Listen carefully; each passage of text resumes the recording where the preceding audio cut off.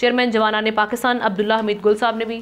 Thank you so much sir joining the show. आप किस हवाले से, इसी हवाले से सबसे पहले आप ही की जानिब आऊँगी मैं। ये जो सीज़ फायर मुआहदे की हम देख रहे हैं कि अभी से इस हवाले से थोड़ी सी बदमज़गी पैदा होना शुरू हो गई है।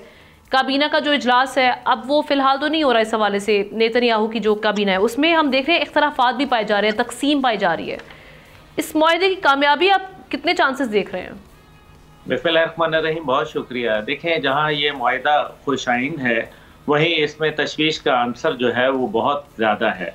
उसकी वजह यह है कि इसराइल जो है या यहूदी जो जितने भी हैं, माजी की पूरी तारीख़ अगर आप उठा के देखें तो वो हमेशा वादा खिलाफ़ी करते रहे हैं, अहद शिकनी करते रहे हैं।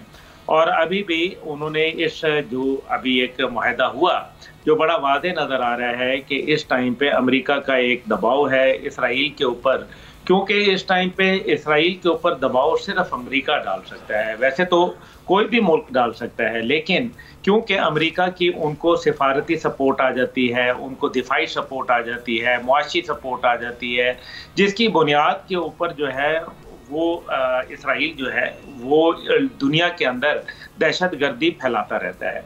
लेकिन क्योंकि इस बार अमेरिका के सदर डोनाल्ड ट्रंप जो हैं आने वाले और जो मौजूदा सदर बाइडन है, उनकी ये दोनों की एक अंडरस्टैंडिंग है कि किसी सूरत जो है इसको जंगबंदी की तरफ ले जाया जाए।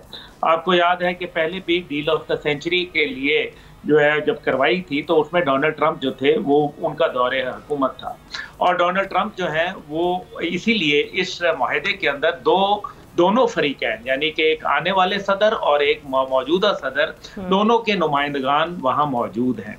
और ये कतर के अंदर मुज़ाकरात हो रहे हैं जिसके अंदर मिस्र के लोग भी बैठे हुए हैं और इसी तरीके से कतर के और अमेरिका खुद जो है वो इसमें शामिल है।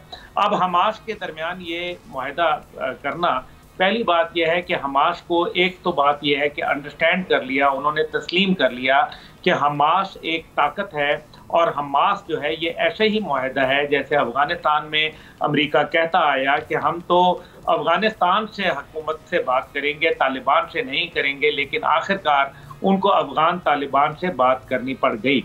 तो ये एक हमास से बात करने में हमास की रिकग्निशन जो है उसको सामने लेके आते हैं, पहली बात। दूसरी बात इसके अंदर जो है उनकी तरफ से बदनीयती, देखें सबसे बड़ी बदनीयती आमना साहिबा ये है कि आप गौर करें कि अभी उन्होंने चंद हफ्ते कबल बल्कि चंद रोज कबल उन्होंने एक नक्शा जारी किया एक ग्रेटर इसराइल का, जिसके अंदर उर्दन को भी शामिल कर लिया, उसके अंदर और इलाके भी शामिल कर लिए, इराक के भी कर लिए। तो ये उनकी बदनीयती थी सीरिया के अंदर जो है। और फिर वो ये कहते हुए नजर आते हैं कि हम तो जो अरब का इलाका है, सऊदी अरब का, उसको भी हम जो है वो अपने अंदर जो है वो जम करेंगे। अब इस नक्शे के ऑफिशियली उनका जारी होना, इस बात से पूरी अरब दुनिया में एक खलबली मच गई। और हद यह है कि यूएई जिसके साथ वो अच्छे ताल्लुकात और सिफारती ताल्लुकात इसराइल के हैं, उसके बावजूद यूएई भी जो है वो इस बात के ऊपर बरस पड़ा और सऊदी अरब की जानिब से एक बहुत ही सख्त किस्म की स्टेटमेंट जो है वो जारी हुई।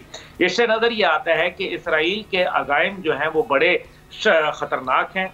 वो वक्ती तौर के ऊपर जो है सिर्फ अमेरिका के दबाव के ऊपर, क्योंकि डोनाल्ड ट्रंप ये कह चुके हैं कि इसका एक सियासी तस्वीया निकाला जाए, और यही बात उन्होंने यूक्रेन की जंग के लिए भी कही है। तो इसलिए नजर ये आता है कि ये एक वक्ती दबाव के नतीजे में दुनिया इस वक्त जो तीसरी वर्ल्ड वॉर है उसकी मुतहम्मिल नहीं हो सकती इस वक्त जो सारी सिचुएशन जी। इसराइल देखें एक दहशत गर्द मुल्क है और उसकी निगाहें जो है वो बहुत आगे हैं। उनका एक ख्वाब है ग्रेटर इसराइल का, जिसके अंदर वो यहूदा की जो रियासत है उसको बढ़ाना। चले एहतशाम साहब की जाने भी चलते हैं। अब्दुल्ला साहब मैं आपके पास वापस आती हूँ, आखिरी बात कर लूँ इसके अंदर। देखिए, मुझे ये महसूस हो रहा है कि ये मुआहदा रहेगा नहीं, और सिर्फ ये इसराइल की जानिब से नहीं बल्कि खित्ते के अंदर जहाँ जहाँ ज्यादती हुई है वहाँ के लोग इतनी आसानी से भूलेंगे नहीं, क्योंकि एक आपको मालूम है कि अरब के मुतल्लिक मशहूर है कि वो एक कीना शुतर भी रखते हैं और फिर वो इतनी जल्दी से ये मामलात भूलेंगे नहीं। इसलिए ये जंग जो है मुझे थमती नजर नहीं आ रही। सब्सक्राइब करें और बेल दबाएं ताकि कोई खबर रह न जाए।